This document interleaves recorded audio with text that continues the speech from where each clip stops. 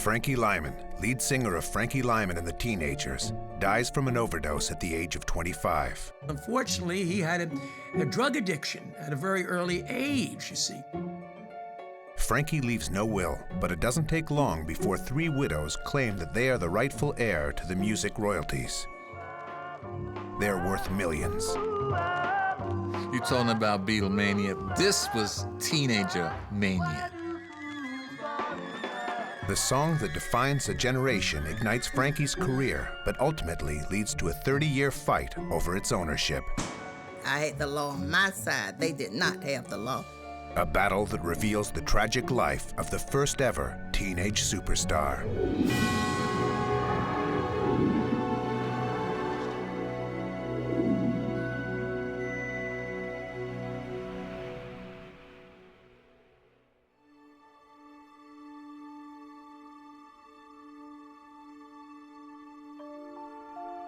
February 27, 1968. Frankie Lyman dies from an overdose at his grandmother's home in New York City. At the time of his death, Frankie has been married for less than a year to a school teacher he met during his military service in Georgia. Amira Lyman. I met Frankie at my home. He came in with my sister's boyfriend at the time. Yeah, I want him to leave. So he didn't leave. I left him sitting on my front porch. He slept in my driveway in a car overnight because I wouldn't let him in the house. Finally, I gave in, I guess. Just out of the Army at age 25, Frankie is enjoying a peaceful life with his new wife when he accepts a singing gig in New York City. Frankie wanted me to go to New York with him. At the time, I'm teaching, so I decided I would not go. He left Friday. It was the last time Amira would see her husband alive. I was at work. My mother called and asked me to come straight home. Do not run any errands after you get off from work. Come directly home. I called New York, and the priest told me that they had found him in his grandmother's apartment. He had OD'd. My whole world had crumbled at the time I got the news. The sordid circumstances of Frankie's death are a shock. I was devastated. I did not know that Frankie. The Frankie I knew was a loving and caring type person. That was the Frankie I knew. During the 6 months they had been married, Frankie and Amira were living a happy and wholesome life. Frankie went with me to church on Sunday morning. We would ride the bicycles together around the neighborhood. He appeared to have been extremely happy. Amira knew little about Frankie's music career and troubled past. I read the articles in different magazines about his lifestyle. And that was the only thing I knew about him. 10 years prior to his death, at age 13, Frankie becomes famous with the release of the smash hit song, Why Do Fools Fall in Love? Jimmy Merchant was part of Frankie's vocal group, the Teenagers. When Jimmy learns about Frankie's death, the group's glory days are already far behind them. I was basically a truck driver through the years, in a limousine and taxi, yellow cab in New York. And I was driving a truck this particular afternoon, and I heard on the news, Frankie Lyman died from an overdose. Jimmy Merchant first met Frankie Lyman in Washington Heights, New York City in 1955. Merchant had just moved from the Bronx, bringing with him a new style of music, doo-wop. Doo-wop is actually these whimsical sounds that are imitating horns from the way I saw it. I began making up parts, and I'm hearing what's on the radio, and it all seemed to make sense to me because in those days, you know, we couldn't afford instruments. Merchant founded the Teenagers with 3 other neighborhood kids: Herman Santiago, Joe Negroni, and Sherman Garnes. We sang on the street corners to get attention and to exercise how people looked at us, especially girls.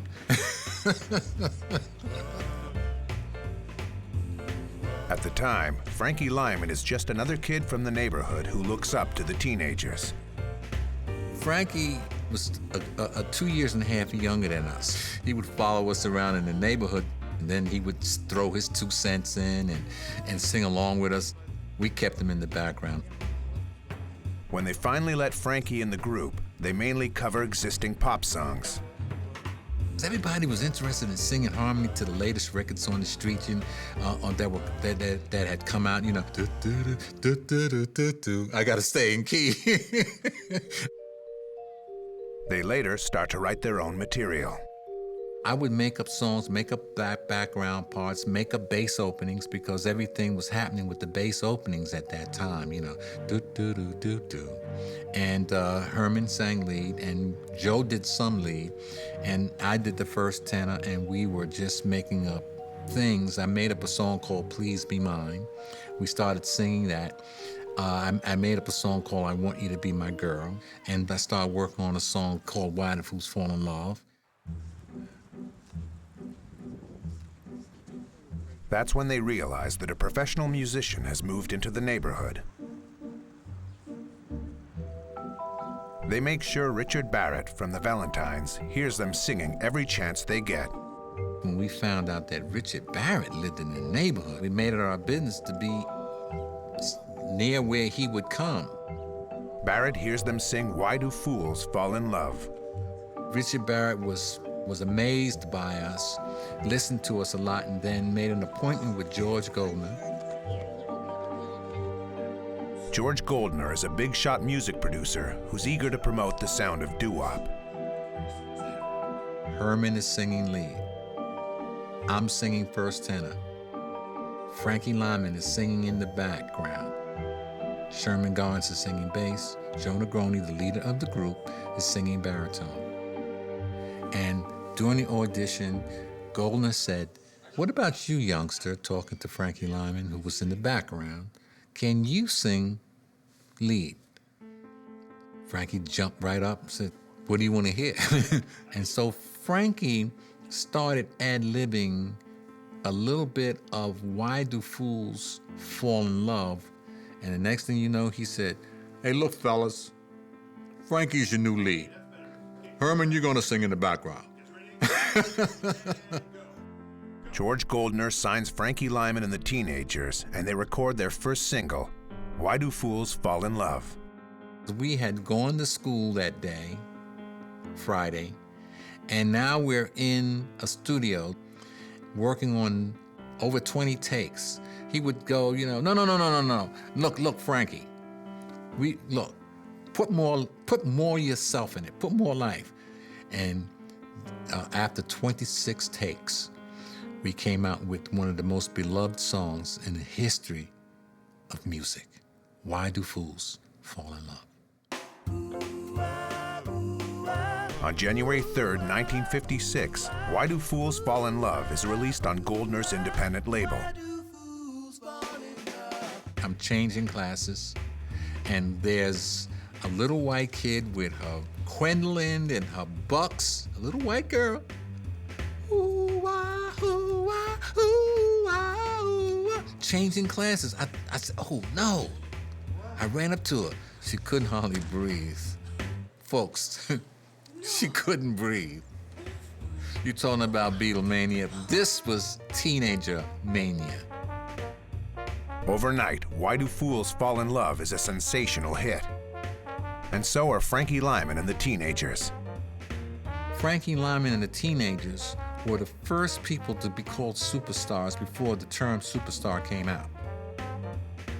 You think that the Rolling Stones were the guys that wore shabby clothes and in the limousines? Excuse me. It was Frankie Lyman and the Teenagers.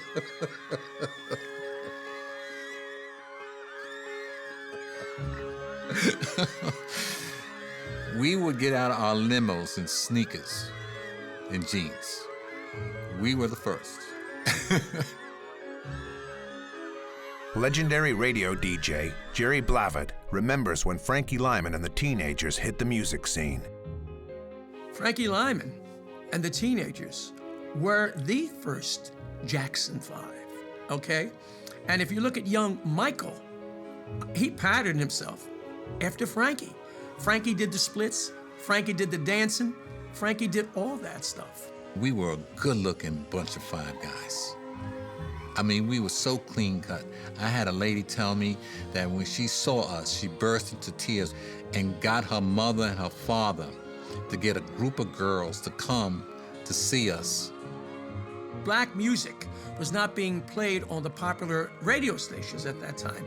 The black stations were playing it. I was playing black music at that time. Frankie and George Goldner had one of the first crossover records.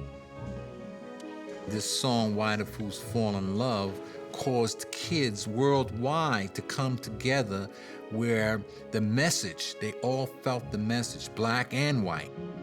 Frankie Lyman and the Teenagers make their first nationwide appearance on The Frankie Lane Show.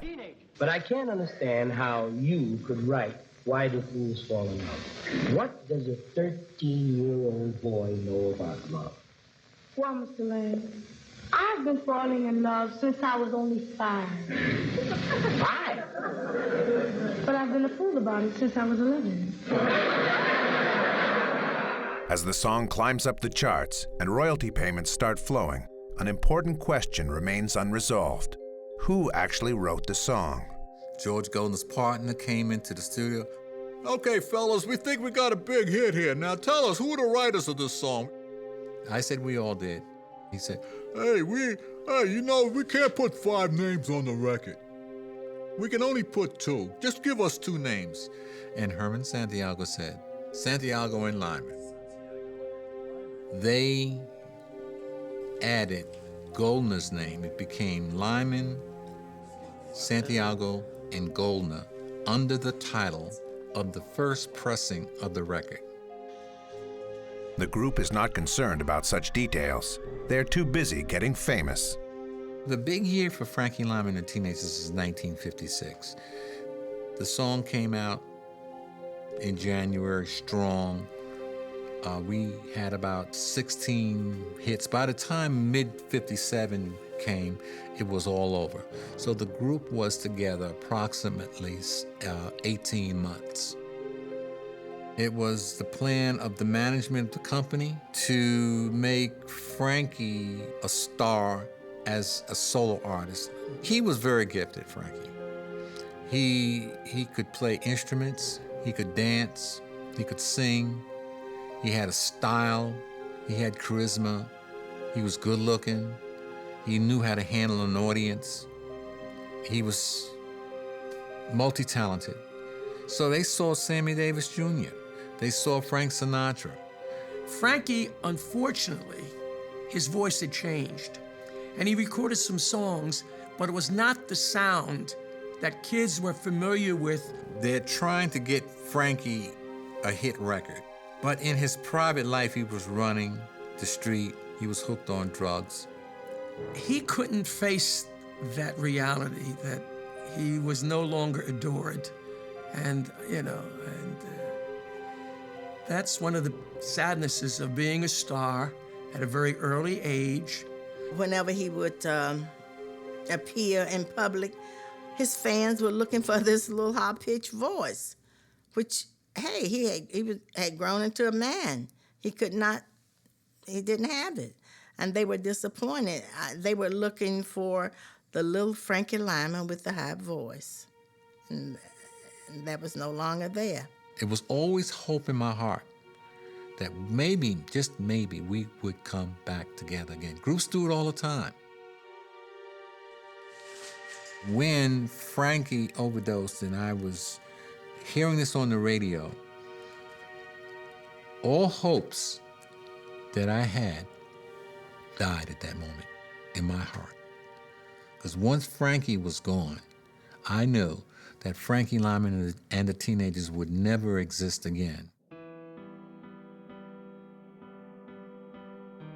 Amira, Frankie's grandmother, his brothers, and a few friends are present when he is buried at the Lyman family plot in the Bronx.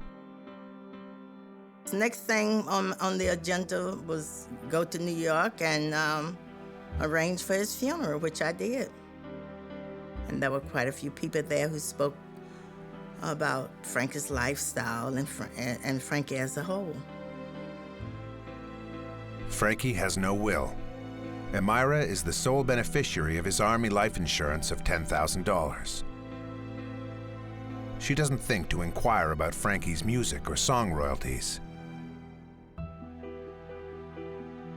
She returns to Augusta, Georgia, where she continues to work as a schoolteacher. Time passes, and the other members of the group don't fare much better than Frankie. Some of them have problems with drugs or alcohol. A few years later, Joe Negroni and Sherman Garnes die. They're both in their early 30s. Sherman passed from a heart issue. Joe passed from a brain aneurysm. Jimmy Merchant is struggling to make a living driving a cab in New York City. Why Do Fools has been forgotten and rarely gets airplay. That is, until 1981. Then Diana Ross came out with Why Do Fools Fall in Love. When Diana Ross gives a second life to the hit single, the song is everywhere. The copyrights suddenly become very valuable. There would be a large sum of money, we just didn't know how much.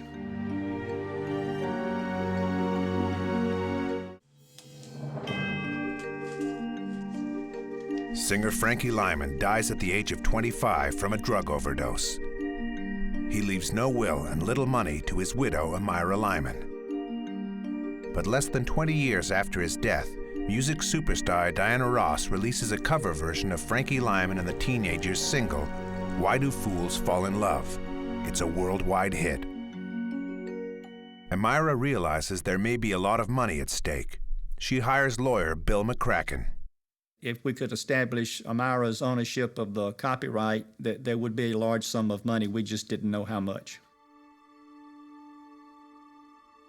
Meanwhile, Jimmy Merchant searches through documentation to prove who owns Why Do Fools Fall in Love.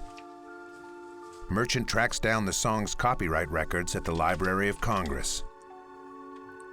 He realizes that the group's members were left without any royalties except for Frankie, who has 50%.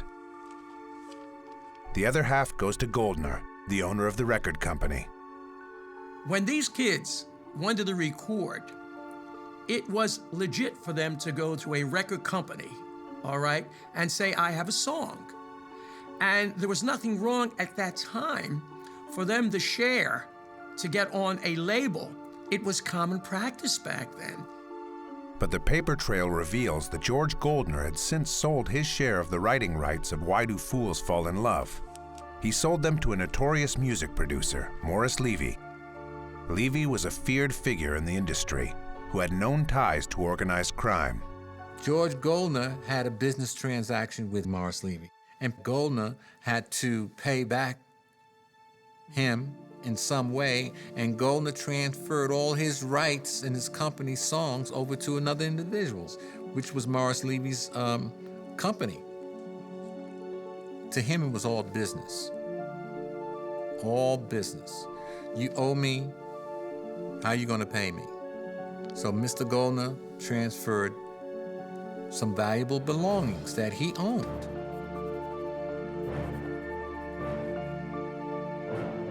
Oddly enough, the documents further show that Frankie Lyman also sold his share of the writing credits. It was at a time when Frankie had hit rock bottom. In 1962, Frankie had separated from the Teenagers. His career is plummeting, and he's addicted to heroin. I knew what his problems were. Everybody in the industry knew that, unfortunately, he had a drug addiction at a very early age, you see. We were just wild teenagers, you know. There was alcoholism and there was drugs, and he got out of control. He began associating himself with the wrong crowd. He didn't have people who cared. We see that today. You know, we see artists today on drugs, in and out of these drug institutions, and, you know, getting in and out of cars with their clothes off, you know, going crazy, hanging out late at night. It's the same thing, nothing has changed. Most people look at Frankie's life as being very glamorous. I think it was a very sad life. He had missed his childhood life, and he was looking for it in all the wrong places. Desperate for a fix, Frankie sells his half of the copyright for $1,500. He sells the rights to none other than Morris Levy, the same Morris Levy who bought Goldner's rights. I did contact the U.S. Copyright Office and had a search done on the song Why Do Fools Fall in Love, because I knew that was the primary asset in his estate. And they sent back a chain of custody showing where it had been transferred. And I remember that one of the owners was Patricia Records. And I didn't really know what Patricia Records was. I later learned that that was a company that Morris Levy had created. My attorney, Mr. McCracken, Bill McCracken, had talked to his former manager at the time, in which he told him that there was no royalty. Frankie had sold all of his royalties, so we just let it go. But all hope is not yet lost. Enter Chuck Rubin, a specialist in music copyright claims. His company, Artist Rights, they find royalties for artists who are not receiving them, or they've been stolen, misappropriated, taken in some way. And Chuck's familiar with all of the nuances, the ins and outs of the music business and record business. Rubin, sensing opportunity, contacts the two remaining members of the Teenagers, Jimmy Merchant and Herman Santiago. Chuck Rubin looked for us and made contact with us, and he told us that he was in the business of going after royalties for groups from the 50s and the 60s who were ripped off and somehow never got any royalty statement. So we took him on. Studying the paper trail provided by Merchant, Rubin finds that the royalties of Why Do Fools Fall in Love didn't go to the right person. American copyright law has a provision stating that if a copyright holder signs away his rights forever and dies less than 21 years later, the rights revert to the heirs, in this case, the inheritors of Frankie Lyman's estate. Rubin now asked if there were any family members that were possible estate people that could have his estate. That's what needed to happen. So we eliminated the brothers because Lyman had married. And so we tracked down Lyman's wife. Chuck Rubin of Artist Rights called and said, if you can prove that you are the legal wife, then you can receive royalties. So we decided to go through with it, and we did.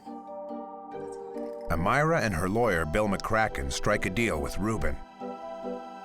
Rubin will pay for the legal fees, but he will keep a certain percentage of the royalties if they win the case against Levy.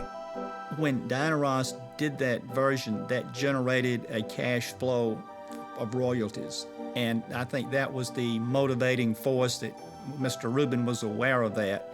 This is his job, this is his thing in life, to locate heirs who are entitled to various royalties. To avoid a trial, Levy tries to strike a deal with Amira. I was offered a settlement from Mr. Levy, but we refused it, and we decided to go to court. Amira's decision to battle Levy will lead to a public airing of Frankie Lyman's sordid and shocking past, and cast doubt on the legality of Amira and Frankie's marriage. And then these two other women came in claiming to be widows.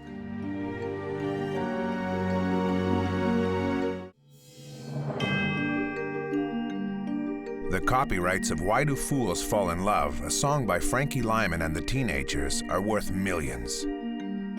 Amira Lyman, Frankie's widow, claims that she should inherit Frankie's royalties. All she has to do is prove that her marriage is valid. Music producer Morris Levy is the current beneficiary, and he's prepared to fight tooth and nail to keep the copyrights. Chuck Rubin and Amira Lyman bring in the big guns. They hire lawyer Ira Greenberg to lead the case against Morris Levy and his record company. Greenberg estimates the royalties to Why Do Fools Fall in Love are in the millions. The song was popular again. It would throw off royalties in 5 figures a year, maybe sometimes 6 figures a year. But as a total package, it was worth, and for the past, probably in the nature of 7 figures. And of course, it had a life going into the future as well. Ira kept saying, hey, don't worry about it. We got a good case here.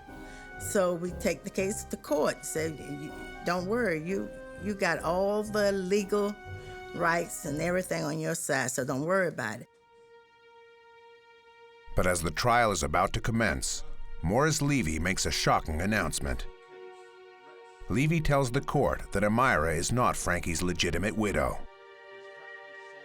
Mr. Levy was looking for someone who might derail Amira's claim. And then these 2 other women came in claiming to be widows. Elizabeth Waters and Zola Taylor both testify that they had been married to Frankie Lyman. And extraordinarily, neither had divorced him. Frankie appears to have been married to 3 women simultaneously. If this proves to be true, Amira's marriage to Frankie will be invalid, and so will her claims to Frankie's royalties. It was definitely good for Levy. Levy had gone to great lengths to produce the 2 widows, as Jerry Blavat recalls. I was doing my Sunday night oldie show, and I always played Frankie Lyman, and Morris called me and said, Geeter, Elizabeth Walters, she's in your area, okay? There are monies due to her. Can you do a shout out? Because perhaps she might be listening.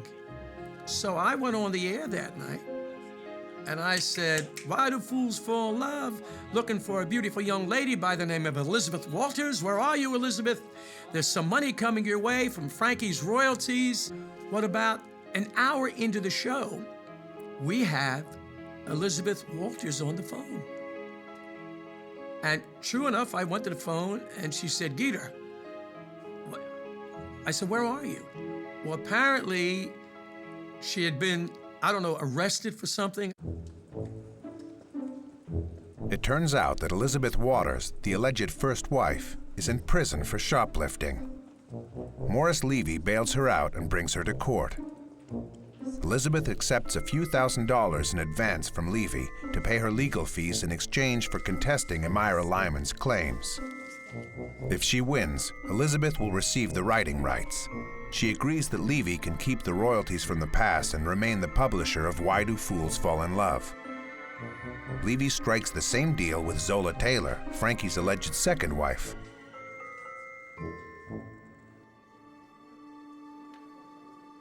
In 1987, the trial of the 3 alleged widows begins in the Manhattan Surrogate Court, with Judge Marie Lambert presiding.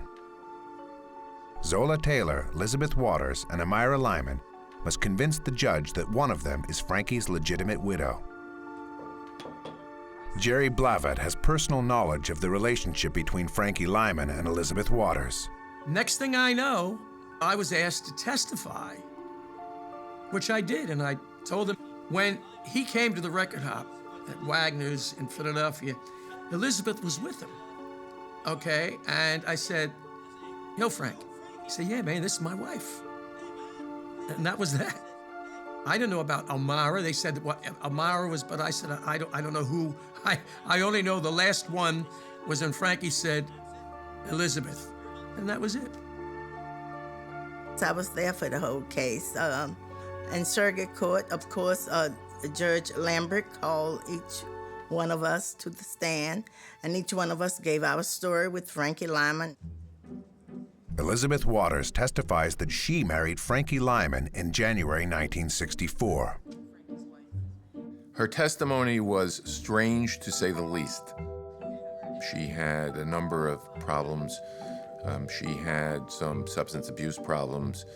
She had worked as a prostitute in New York. If Frankie was legally married to Elizabeth in 1964, he was not free to marry Amira in 1967. Waters cannot produce a wedding certificate to prove her marriage to Frankie Lyman. But she does produce a document that shocks Amira and the court. It's a birth certificate documenting that she and Frankie had a baby in November 1963. The baby died 2 days later, but the birth certificate states that Frankie Lyman is the father and Elizabeth's husband. Amira's lawyer, Greenberg, argues Frankie and Elizabeth's marriage could not have been valid because Elizabeth herself already had a husband. The problem was that Ms. Waters, at the time, was still married to a man who was in the service in Germany, and she couldn't get a divorce. And so at the time the ceremony took place, she wasn't free to marry Frankie because she was still married to somebody else. Zola Taylor is then called to the stand. Zola Taylor claimed she had married Frankie in Tijuana, Mexico. Jerry Blavat, who spent months on tour with Zola Taylor and Frankie in the 50s, backs up their marriage. I met Frankie when I was 17 years of age, and then we went on the road all together. The Everly Brothers, Frankie Lyman and the Teenagers, Buddy Holly and the Crickets, Paul Anka. We were a family of rock and roll. We were doing on the road, as you would say, one-nighters. Zola Taylor was the female voice of the Platters, and Zola Taylor sounded almost exactly like Frankie Lyman when she did solo parts. They fell in love. He married her. He married her in Mexico, though, you see. Frankie told me that he had hit rock bottom and Zola and the Platters were at the top, so he decided that this was a great publicity stunt to say that he and Zola were married. Zola Taylor testifies that her marriage to Frankie was legitimate and not a tabloid tactic, but she fails to produce a marriage license. Of course, the Mexican authorities had lost the marriage certificate with Frankie. Zola gives conflicting testimony, causing objections to be raised. And the presiding judge, Judge Marie Lambert, is making the case difficult for Greenberg. I have to say it was the most miserable experience of my life. Judge Lambert made that case as difficult to try as could be imagined. She was sustaining objections that weren't even made to questions that seemed perfectly proper, to the point where I couldn't even figure out what it was I was supposed to do to get past the objection. Sensing that Amira's case is faltering, Elizabeth Waters and Zola Taylor approach her to strike a deal. They were waiting on the step. Elizabeth called me and said, Amira, why don't we decide to split 3 ways? I said, no, this is my baby, and I'm not going to split it. During the trial, the 2 other widows tried to get us to agree that I'll get 1/3. And of course, we rejected that, but I later learned that Zola and Elizabeth agreed that if one of them won, they would split it 50-50.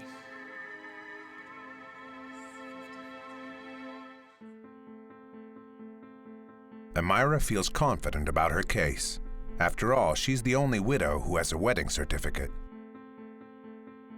I had the law on my side. They did not have the law, so I was not concerned about their remarks or their testimony.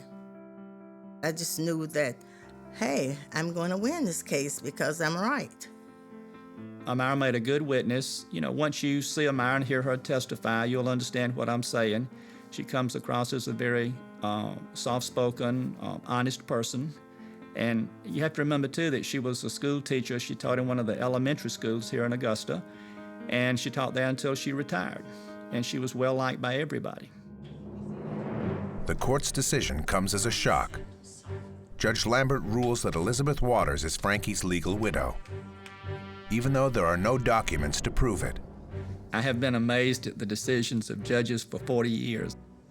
Judge Lambert. She either didn't like our position, or she didn't like us, or she did like someone else.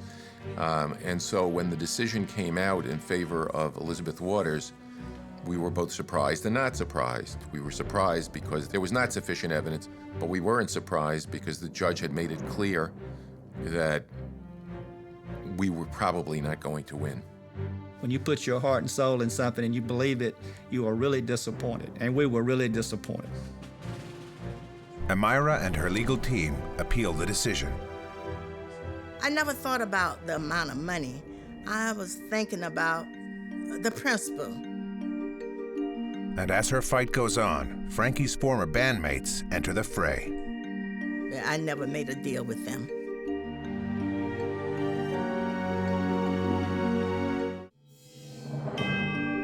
Frankie Lyman's 3 alleged wives are fighting over the royalties to a $1 million hit, Why Do Fools Fall in Love?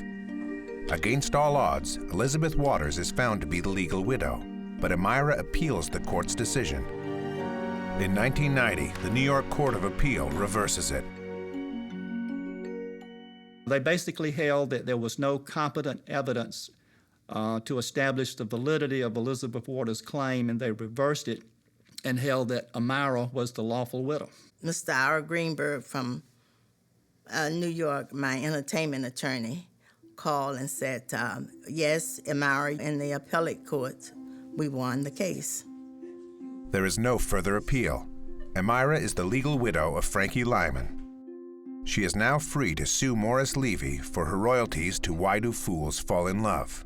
We were going to go back to federal court to pursue the lawsuit against what was then the Morris Levy estate, because he had died in the interim, and his companies, and Chuck Rubin negotiated a settlement.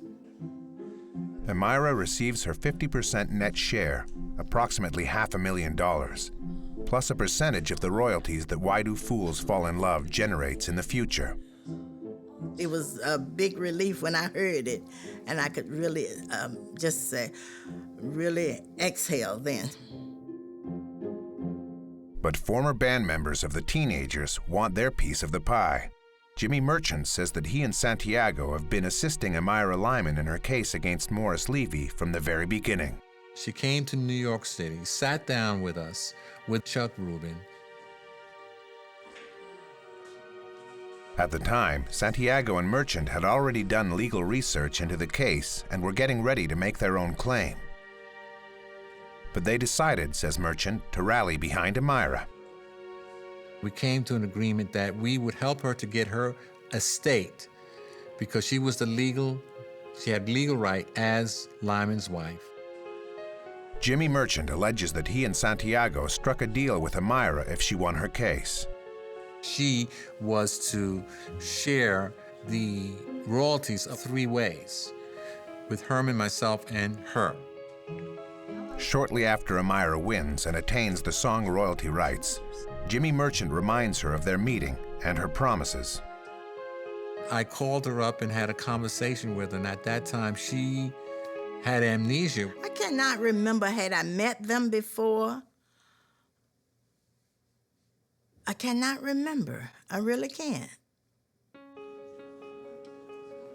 Merchant and Santiago sue Amira and the estate of Morris Levy, who died in the interim. The band members claim they wrote Why Do Fools Fall in Love, and that they have all the rights to the music royalties. Can you imagine?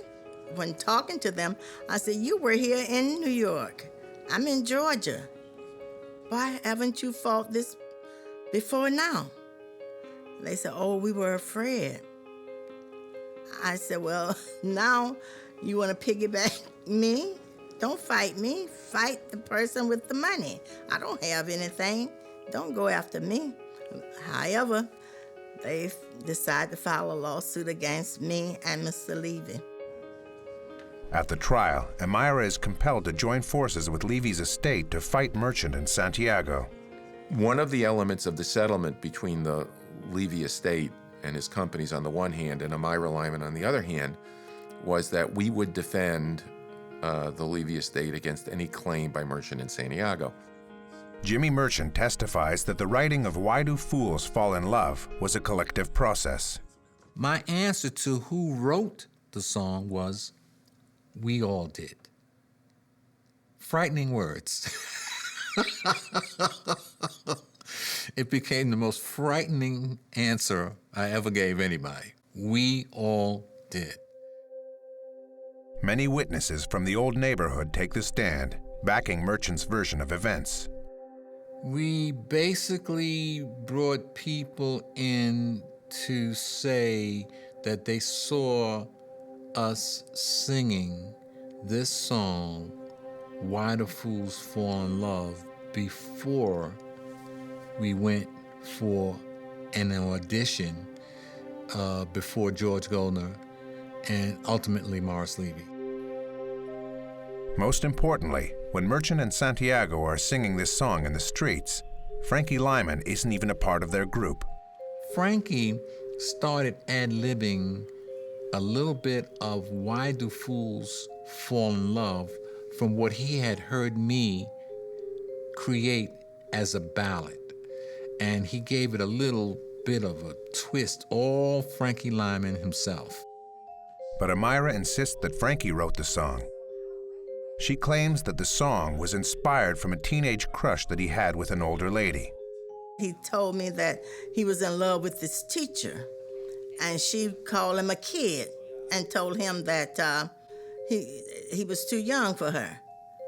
And that is when he wrote the song, Why Do Fools Fall in Love? Merchant brings into evidence the original record label and a songwriter's contract that lists Santiago, Lyman, and Goldner as authors of the song Why Do Fools Fall in Love. The judge is convinced by Merchant and Santiago's evidence and testimony. He rules that Merchant, Santiago, and Lyman are the true authors of the song, rejecting any theories of Goldner's involvement.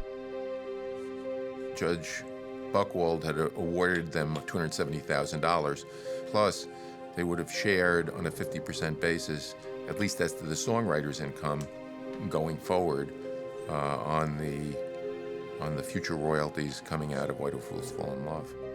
It would have been a lot of money. Amira keeps the other half.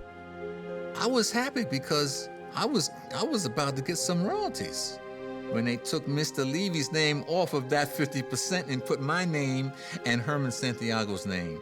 Bang!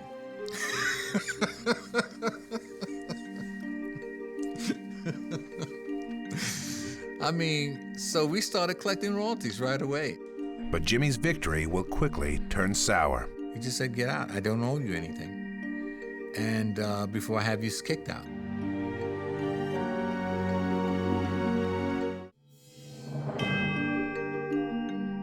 Frankie Lyman's widow, Amira, has won the right to 50% of the royalties from one of the most beloved pop songs of the 50s, Why Do Fools Fall in Love? After a court battle to prove their authorship, Jimmy Merchant and Herman Santiago have also won a 50% share. Morris Levy, a music producer who once owned the copyrights, is now dead. But his company is still trying to make money from Frankie Lyman and the teenagers. In the New York Court of Appeal, Levy's legal team argues that Merchant and Santiago waited too long to claim their share of the song's royalties. The claim of ownership went back 30 years, and the copyright statute of limitations is 3 years long, and so barring some form of what lawyers call tolling or extension of the statute of limitations, the statute had expired a really long time ago. But why had Merchant and Santiago waited so long to seek their royalties? Merchant argues that he had approached Levy back in the 80s, but was too intimidated to press his claim. Well, Herman and I walked into the office, and he just basically said, get out, when we asked him for royalties. He just said, get out. I don't owe you anything. And before I have you kicked out.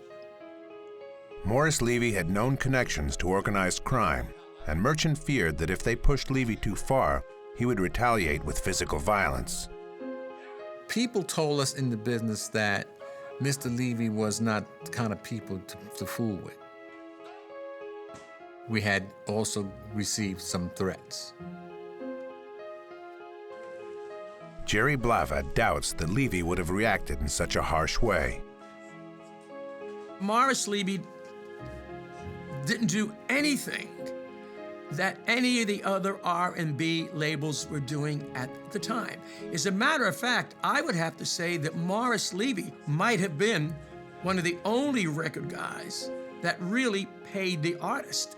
Maybe they didn't get what people think they should have gotten, but they did get royalties. I think that every record company, every guy who owned a record company at one time or another would have a dispute with their artist over royalties. It happens even today. As long as I've known Morris, he was what he owed. Bop, bop, bop, bop, bop, and you got paid.